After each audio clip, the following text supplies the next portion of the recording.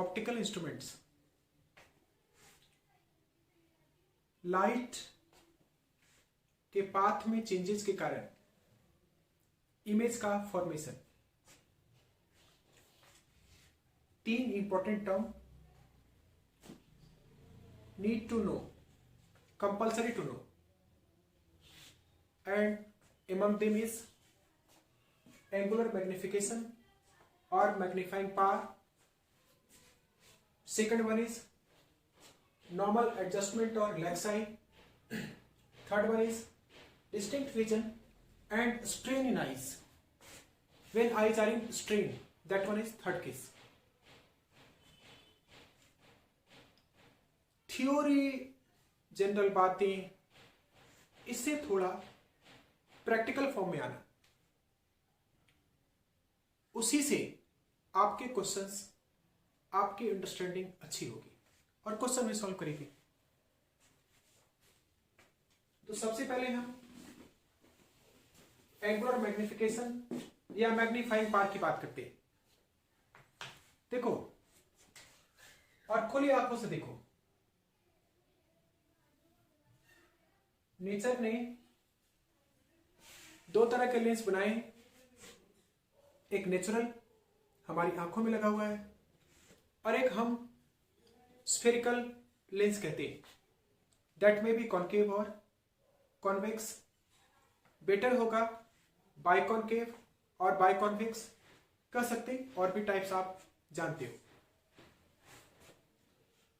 तो eye ball में ये आई लेंस है और ये पार्ट हमारा रेटिना का है। अब क्या करो आप, ये प्रिंसिपल एक्सिस इमेजिंग करो, किसी ऑब्जेक्ट को आप यहां पर रखो, हाई टच है, आई बॉल के ऑप्टिक सेंटर पर कुछ एंगल बनती है, ये एंगल बन रही है अल्फा, और यहां पर यानी रेटिना पर इमेज फॉर्म कर रहा है, there is formation of image. Now see again in the same eyeball with the same lens, again it is retina, ये हमारा फिर से रेटिना है। अब ऑब्जेक्ट को थोड़ा पास ले आइए, सेम हाइट का है, ऑप्टिक सेंटर क्या बन रहा है, बड़ी एंगल बन रही है, बड़ी एंगल बन रही है बीटा। तो इमेज का साइज भी क्या हो रहा है, यहां स्मॉल था साइज इमेज का, और इमेज का साइज यहां क्या बन रहा है, लार्ज। जितना ज्यादा एंगल बनेगा आपके लेंस पर, आपके लेंस के ऑप्टिक सेंटर पर, उतना बड़ा क्या होगा, इमेज होगा। अब इसमें 2 कंडीशन है। एक कंडीशन है कि ऑब्जेक्ट दूर था और फिर आप ऑब्जेक्ट को पास लाते। एक तो फिजिकल ट्रेवलिंग कराइए कि ऑब्जेक्ट को दूर से पास लाइए तो एंगल बड़ा हो जाए। दूसरी बात क्या हो सकती है, आप किसी मशीन को यूज करके आप ऑब्जेक्ट को पास ले आइए, है ना, तो भी इमेज बड़ा हो जाएगा। So suppose we are using a machine here और that is what, lens. This lens is also called what, magnifier, क्योंकि इमेज बड़ा करता है, मैग्नीफाई कर देता है। सो मशीन या लेंस लगा करके ऑब्जेक्ट को आप पास ले आए, तब एंगल क्या बनता है, बीटा। और जितना बड़ी एंगल, जितनी बड़ी एंगल उतना ही ज्यादा बड़ा इमेज बनना है। तो मैग्निफिकेशन यही है, ये एंगुलर मैग्निफिकेशन और मैग्नीफाइंग पावर, इसी बात को हम कहते हैं। So this is m is equal to angle subtended by the image using machine, आपको समझने के लिए, upon angle subtended by the object without machine, बिना मशीन का। मशीन के साथ एंगल हमने मान के चल रहे बीटा, बिना मशीन का एंगल क्या है, अल्फा। सो मैग्निफिकेशन का value M equal to beta upon alpha लिख सकते हैं। बीटा बड़ी है, अल्फा छोटी है, सो मैग्निफिकेशन ज्यादा होगा, और this can be written as tan beta upon tan alpha, because you know tangent angle for the small angle, that a small angle can be represented by the tangent angle. Sign angle में भी छोटे angle के लिए हम ऐसा लिखते हैं। तो हमने बीटा बड़ी तो मैग्निफिकेशन ज्यादा, ऐसा कॉन्सेप्ट देखा। इमेज बनाने में हम मशीन का यूज कर रहे हैं यहां पर बड़ा इमेज बनाने के लिए, और ओरिजिनल के साथ हम इसको कंपेयर करते हैं बिना मशीन का। इस तरीके से हमारा ये प्रैक्टिकल एक्सप्लेनेशन पता चलता है for angular magnification and for magnifying part.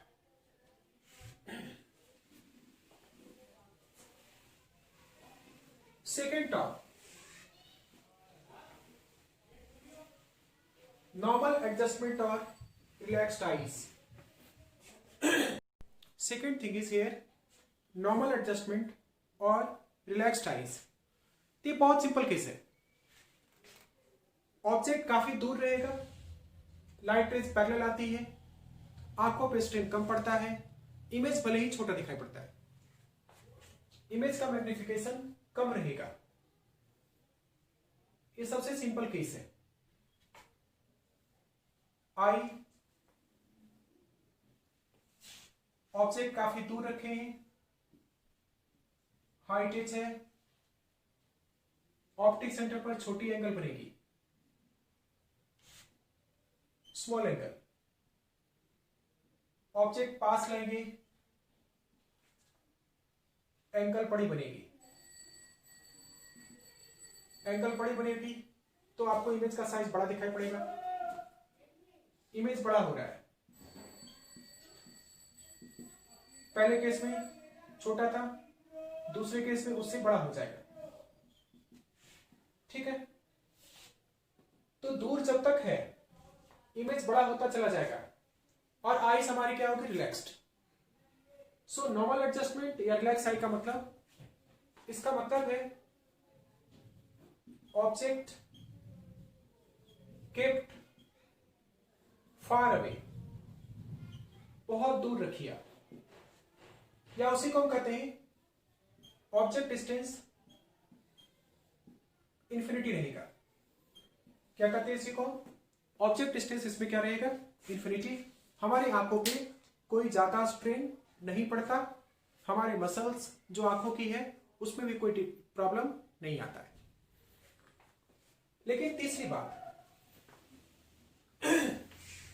बात है, and that is what, distinct vision.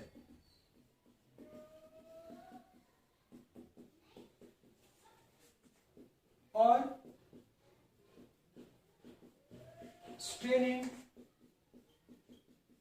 Eyes, straining eyes.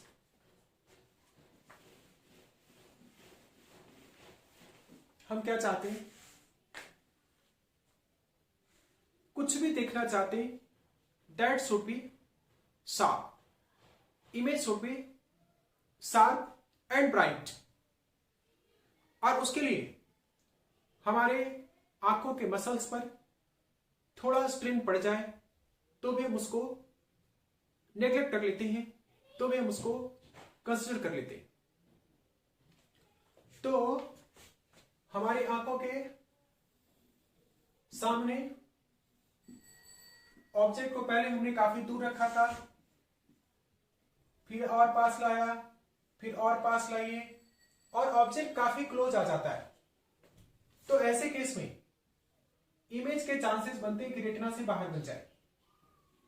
Object काफी क्लोजर हो जाएगा तो ऐसे केस में इमेज रेटिना से दूर बन जाता है। इमेज रेटिना से दूर बन जाएगा, you are not able to see. So what will happen here? These are the ciliary muscles.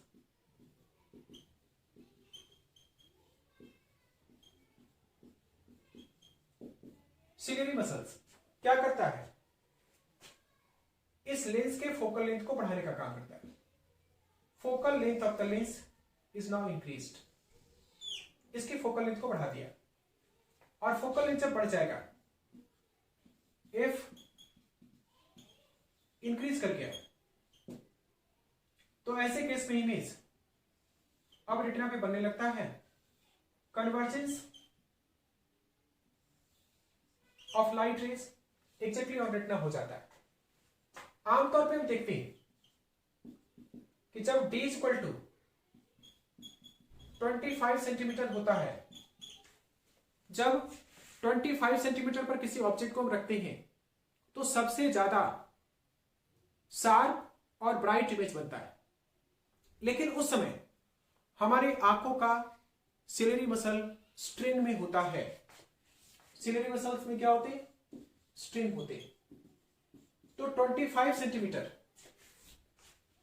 Centimetre हमारे लिए डिस्टिंक्ट विजन माना जाता है, क्योंकि शार्प और ब्राइट इमेज हमको दिखाई पड़ता है।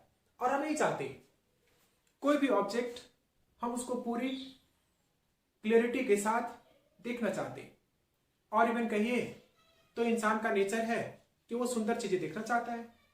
उसका फायदा बहुत सारे क्लॉथ की कंपनी, बहुत सारे लाइट वाली कंपनी, बहुत सारे मोबाइल फोन वाली कंपनी, इलेक्ट्रॉनिक डिवाइसेस वाली कंपनी उसी अनुसार से प्रोडक्ट बनाती है, क्योंकि इंसान आंखों पे स्ट्रेन डाल करके भी क्या चाहता है? क्लियर और ब्राइट इमेज देखना चाहता है। तो ये हमारा केस था डिस्टिंक्ट विजन का। और ये पॉसिबल होता है कैसे? बाय द accommodation, और by the self adjustment। तो फिजिक्स में टर्म है एकोमोडेशन, और जनरल बात हम कर सकते हैं उसको सेल्फ एडजस्टमेंट ऑफ द आई। तो इन तीन बातों को ध्यान में रखते हुए हम मैग्निफिकेशन देखते हैं माइक्रोस्कोप में और टेलीस्कोप में। सबसे पहले इन बातों को माइक्रोस्कोप में देखते हैं, and particularly it is the simple microscope. So simple microscope, it is also called magnifying glass, is another name used by biology students। Biological research microscope पर बेस्ड है। इसके साथ साथ वॉच मेकर्स वॉच के, wrist watch के छोटे छोटे part को देख पाता है। Jewellery makers normally use the magnifying glass on the piece of gold, mixture of sulfuric acid and nitric acid in few drops are added, and for the impure gold it undergo more solubilization observed by the simple microscope. But if the gold is pure, even by adding the mixture of sulfuric acid and nitric acid, there is no more solubilization। फिर क्या है? Archaeological कई तरह के scripts होते हैं, बहुत तरह का मैन्युस्क्रिप्ट्स होता है, उन सबको देखने में भी हम सिंपल माइक्रोस्कोप को यूज करते हैं। कई बार देखोगे आप बूढ़े पुराने जो प्रोफेसर होते हैं वो कोई बुक रीड कर रहे हैं तो उस समय भी मैग्नीफाइंग ग्लास यूज कर लेते। फिर वर्नियर कैलिपर, आप क्लास 11th में एक्सपेरिमेंट कर रहे होगे तो वर्नियर कैलिपर में रीडिंग को एक्यूरेटली देखने के लिए हम इस्तेमाल करते हैं किसका, इस मैग्नीफाइंग ग्लास और सिंपल माइक्रोस्कोप का। तो यहां भी सिंपल माइक्रोस्कोप को आप दो तरीके से यूज कर सकते हैं। एक तरीका है जब ऑब्जेक्ट को आप दूर रखो, और एक तरीका है जब आप इमेज इस तरीके से बनाइए सो दैट की 25 सेंटीमीटर पर आपको दिखाई पड़ता हो। So final image formation 25 centimetre पर हो या फाइनल इमेज फॉर्मेशन इंफिनिटी पर हो। इंफिनिटी पर रहेगा तो आपकी आंखें रिलैक्स्ड होगी, नॉर्मल एडजस्टमेंट आप कहेंगे, और पास में रहेगा तो eyes particularly ciliary muscles that will be under the strain, but you will see the bright and clear image. So दोनों केसेस यानी हमें खुद से ऑब्जेक्ट और लेंस उसका एडजस्टमेंट करना है, या कह लो ऑब्जेक्ट का प्लेसमेंट हम अपने हाथों से करेंगे सो दैट नॉर्मल एडजस्टमेंट होगा, रिलैक्स्ड आई होगा, या फिर एकोमोडेशन होगा, या फिर हमारा डिस्टिंक्ट विजन होगा। और उस डिस्टिंक्ट विजन में जब आंखें पूरी अच्छे से एकोमोडेट करेंगे अपने आप को, हम उसको कहते हैं स्ट्रेन इन आईज।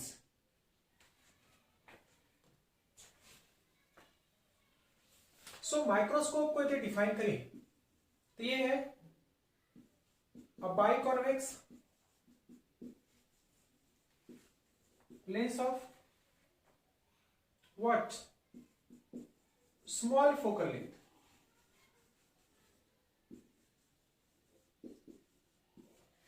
तो फोकल लेंथ स्मॉल क्यों लेते हैं? इस क्वेश्चन का आंसर अभी मैग्निफिकेशन निकालने से हमें पता चलेगा। छोटी फोकल लेंथ की बाइकॉन्वेक्स लेंस को लेना, और इसमें फर्स्ट केस में ले रहा हूं and that is the normal adjustment.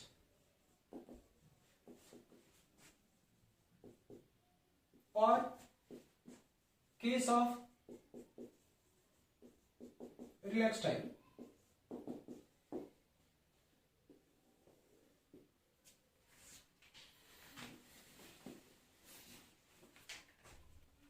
Very simple case, आंखें हमारी अंडर रिलैक्सेशन है तो आई बॉल, लेंस और कोई ऑब्जेक्ट आप देखो, ऑब्जेक्ट को आपने डी डिस्टेंस पर पहले रखा और कुछ एंगल बने किए हैं। एंगल इज सपोज अल्फा, बिना मशीन का, बिना मैग्नीफायर का, बिना किसी बाहरी लेंस का हम देख रहे पहले। तो ऐसे केस में अल्फा इक्वल टू h/d आ जाएगा। सिंपल आई से हम देख रहे हैं, इसमें कोई लेंस, कोई मशीन नहीं लगा हुआ है। Object is kept anywhere at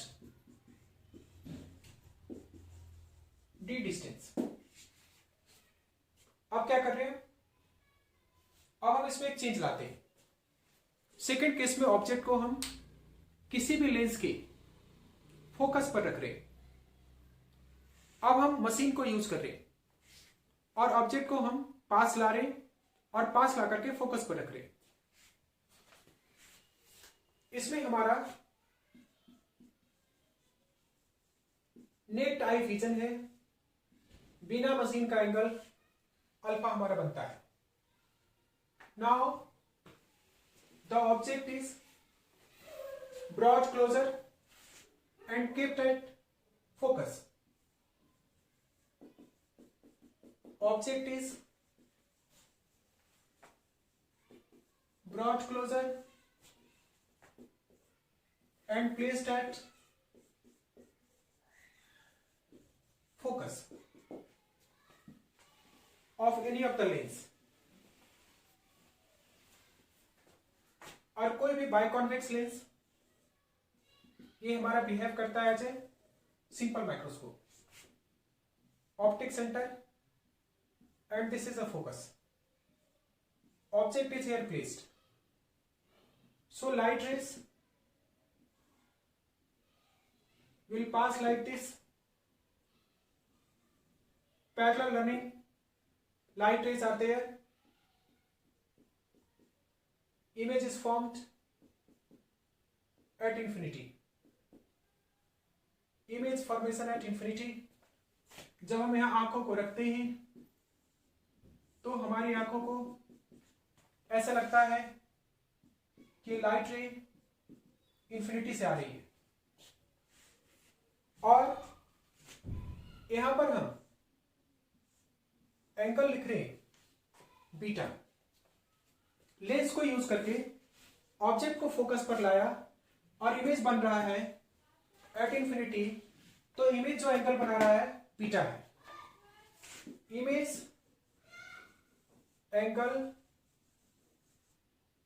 made due to machine, due to lens, this is equal to beta, and beta is equal to, you can write h upon f. This is what? Focal length. Here focal length is smaller than d because we brought object closer to the lens, closer to the machine, closer to the magnifier. Now you know that m is equal to beta by alpha. Beta is equal to what? H by f. Alpha is equal to what? H by d. So magnifying power here produced is what? That is equals to d by f. ये हमारा magnifying power है, ये हमारा angle बनने का magnification है. So made it clear. Now if focal length is small, what will happen? Magnification will be large. और इसीलिए हमने डेफिनेशन में लिखा कि biconvex lens of small focal length हम यूज करते हैं एज अ सिंपल माइक्रोस्कोप. इस केस में कहीं भी आपकी आंखों पर कोई स्ट्रेन नहीं पड़ रहा है, आपके सिलेरी मसल में कोई टेंशन, कोई स्ट्रेस नहीं है, आपके लेंस को अलग से कोई फोकल लेंथ बढ़ाना नहीं पड़ रहा है. लेकिन हम अभी संतुष्ट नहीं है, हम चाहते हैं कि ऑब्जेक्ट थोड़ा और पास आ जाए, और पास आ जाए, सो दैट इमेज हम साफ देख सकें. तो अब आप ऑब्जेक्ट को फोकस और ऑप्टिक सेंटर के बीच में लाइए.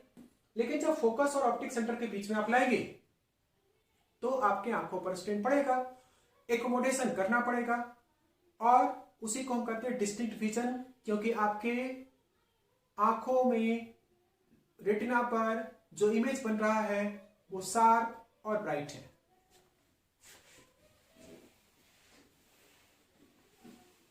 So second case is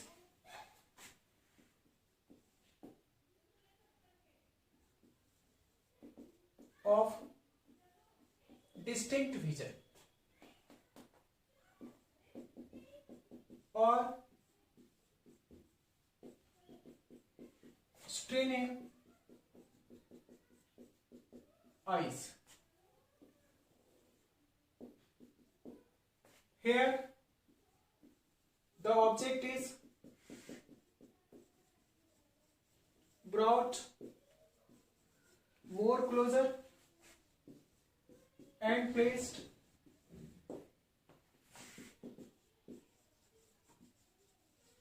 in between focus and optic center. Machine से आप देख रहे हो, और मशीन लगाने के बाद फोकस और ऑप्टिक सेंटर के बीच में आप ऑब्जेक्ट को रख रहे हैं. here it is object H, light rays from the focus, from the optic center, and these light rays meet behind the object. Meeting of these light rays takes place behind the object. So this one is,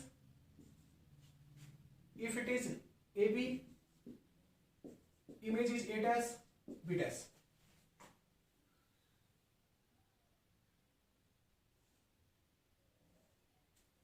This is forming angle beta. Beta angle is here formed. This is the condition when you are trying to get the image at 25 centimeter distance. To obtain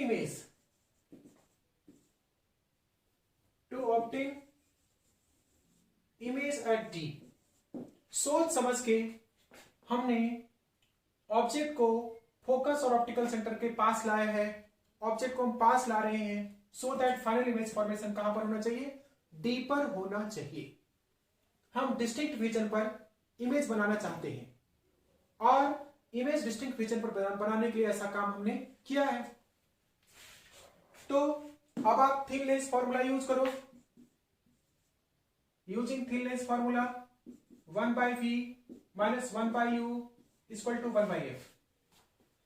जो object distance है इसको हम कुछ मान लेते हैं u0.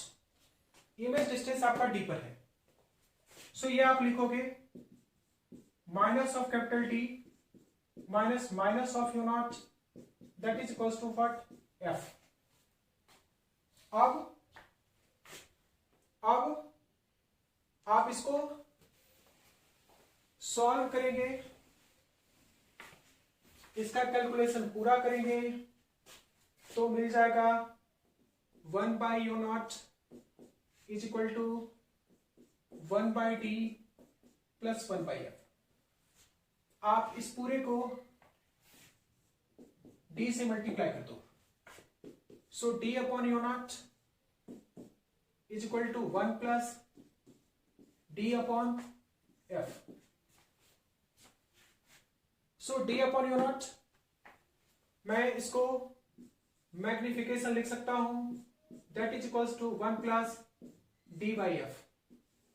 So this will gives the magnification produced by the simple microscope when you are trying to obtain the image at 25 centimeter distance although the eyes muscles are in the stage of strain. Magnification unity से बड़ा हो जाता है और बड़ा होने के कारण हमारा इमेज अच्छा दिखाई पड़ता है, ब्यूटीफुल, सुंदर, ब्राइट दिखाई पड़ रहा है. अब यहां से एक बात हमें और पता चल रहा है कि magnifying power capital T upon u0 use किया जा सकता है. ऐसा कब यूज करेंगे? In case of distinct vision, in case of strain in the eyes, in case of the image is formed exactly at 25 centimeter. तो ऐसे केस में मैग्नीफाइंग पावर या एंगुलर मैग्निफिकेशन को इस तरीके से भी हम लिख सकते हैं. अब इस कॉन्सेप्ट को रेक्टिफाई करने के लिए, है ना, लीनियर मैग्निफिकेशन, एंगुलर मैग्निफिकेशन या मैग्नीफाइंग पावर, इसको रेक्टिफाई करने के लिए, इसको पूरा अच्छे से समझ लेने के लिए एक छोटा सा क्वेश्चन करते हैं.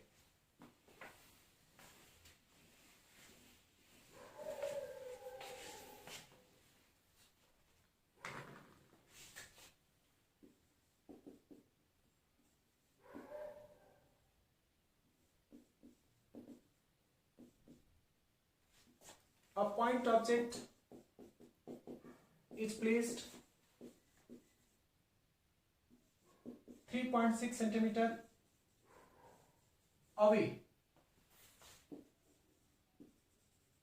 from a magnifier of focal length 4 centimeter. Then calculate the position of image linear magnification and angular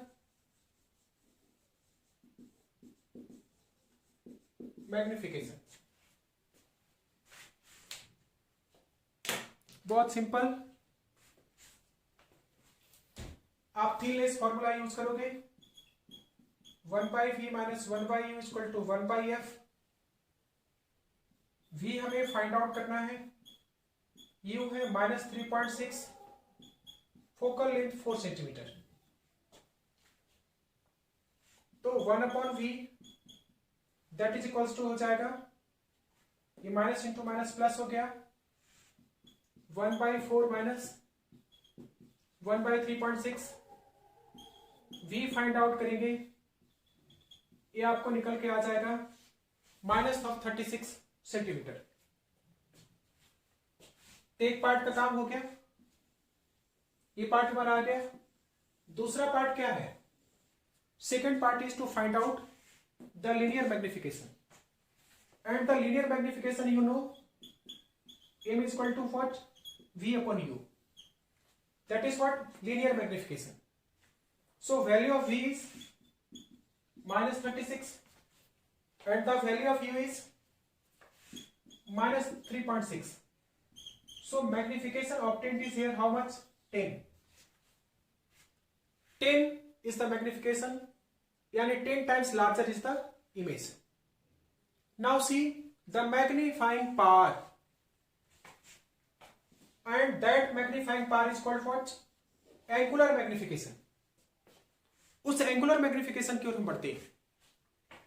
तो एंगुलर मैग्निफिकेशन होता है एक तो बीटा बाई अल्फा.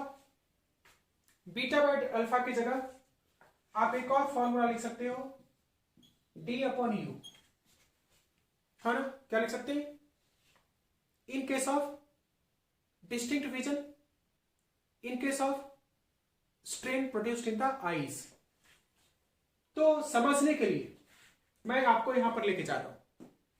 क्वेश्चन में मैं यहां लिख सकता था angular magnification for the distinct vision, है ना? Angular magnification during distinct vision. तो डी कितना है? यू नोट था. डी का वैल्यू कितना है? 25 सेंटीमीटर. और आप इसको -25 लिख सकते हो. उसी टाइप से यू नोट का वैल्यू -3.6 सेंटीमीटर. कट करेंगे तो कितना आ जाएगा? 7. यदि आप लिस्ट डिस्टेंस पर इसको लेके आते हैं तब आपका मैग्नीफाइंग पावर कितना हो जाता है? 7 हो जाता है. लेकिन लीनियर मैग्निफिकेशन यहां पर इस u और v के केस में लीनियर मैग्निफिकेशन 10 टाइम्स है और मैग्नीफाइंग पावर क्या है? 7 टाइम्स है. So that is the basic difference. You can understand by this problem that how the linear magnification and the magnifying power of the machine, both these are two different things. Thank you very much. In the next class, we discuss about the compound microscope.